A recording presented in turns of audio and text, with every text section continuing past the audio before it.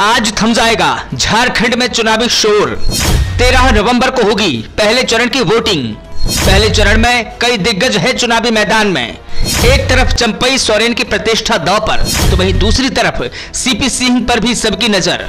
किसको कौन देगा मात, किसकी होगी फतह, नेताओं ने लगाया एड़ी चोटी का जोर।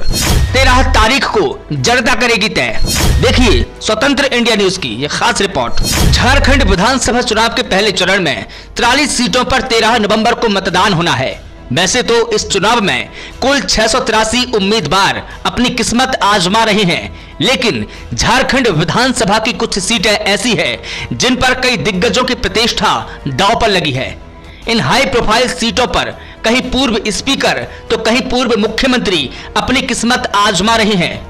राजनीतिक बयानबाजी के बीच चल रहे इस महामुकाबले में एक तरफ बीजेपी की अगुवाई वाले एनडीए के उम्मीदवार हैं, तो वहीं दूसरी तरफ झारखंड मुक्ति मोर्चा की अगुवाई वाले इंडिया गठबंधन के उम्मीदवार हैं। कमोबेश सभी सीटों पर इन दोनों गठबंधनों के उम्मीदवारों के बीच कड़ा मुकाबला देखने को मिल रहा है। पहले चरण के चुनाव में जहां एक तरफ पूर्व मुख्यमंत्री चंपई सोरेन की प्रतिष्ठा दांव पर लगी है, तो वहीं दूसरी तरफ पूर्व स्पीकर और रांची से लगातार 6 दफा चुनाव जीत चुके सीपी सिंह पर भी सभी की नजर है। सरायकेला सीट पर इस बार झारखंड मुक्ति मोर्चा के गणेश मक्काली का महामुकाबला चंपई सोरेन से है। इसी तरह रांची सीट से झारखंड मुक्ति मोर्चा की महुआ मांझी का मुकाबला सीपी सिंह से है। इसके अलावा हेमंत कैबिनेट के सबसे प्रभावशाली मंत्री माने जाने वाले मिथिलेश ठाकुर एक बार फिर से गढ़वा से चुनाव लड़ रहे हैं। यहां त्रिकोणीय मुकाबला देखने को मिल रहा है।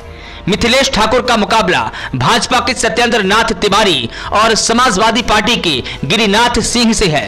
डाल्टनगंज से कांग्रेस के केएन त्रिपाठी और भाजपा के आलोक चौरसिया के बीच सीधा मुकाबला होने की संभावना है। हालांकि झारखंड विधानसभा के पहले स्पीकर इंदर सिंह नामधारी के बेटे दिलीप सिंह नामधारी भी निर्दलीय चुनावी मैदान में है। वह भी चुनाव किसी ओर पलट सकते हैं। वहीं जमशेदपुर पश्चिम सीट पर जदयू के टिकट पर सरयू राय का मुकाबला हेमंत सरकार के मंत्री बन्ना गुप्ता से है। यहां दोनों के बीच कड़ी टक्कर होने की संभावना है। वहीं जमशेदपुर पूर्वी सीट पर रघुवर दास की बहू पूर्णिमा साहू और कांग्रेस के पूर्व प्रदेश अध्यक्ष आईपीएस डॉक्टर अजय कुमार के बीच दिलचस्प मुकाबला होने वाला है।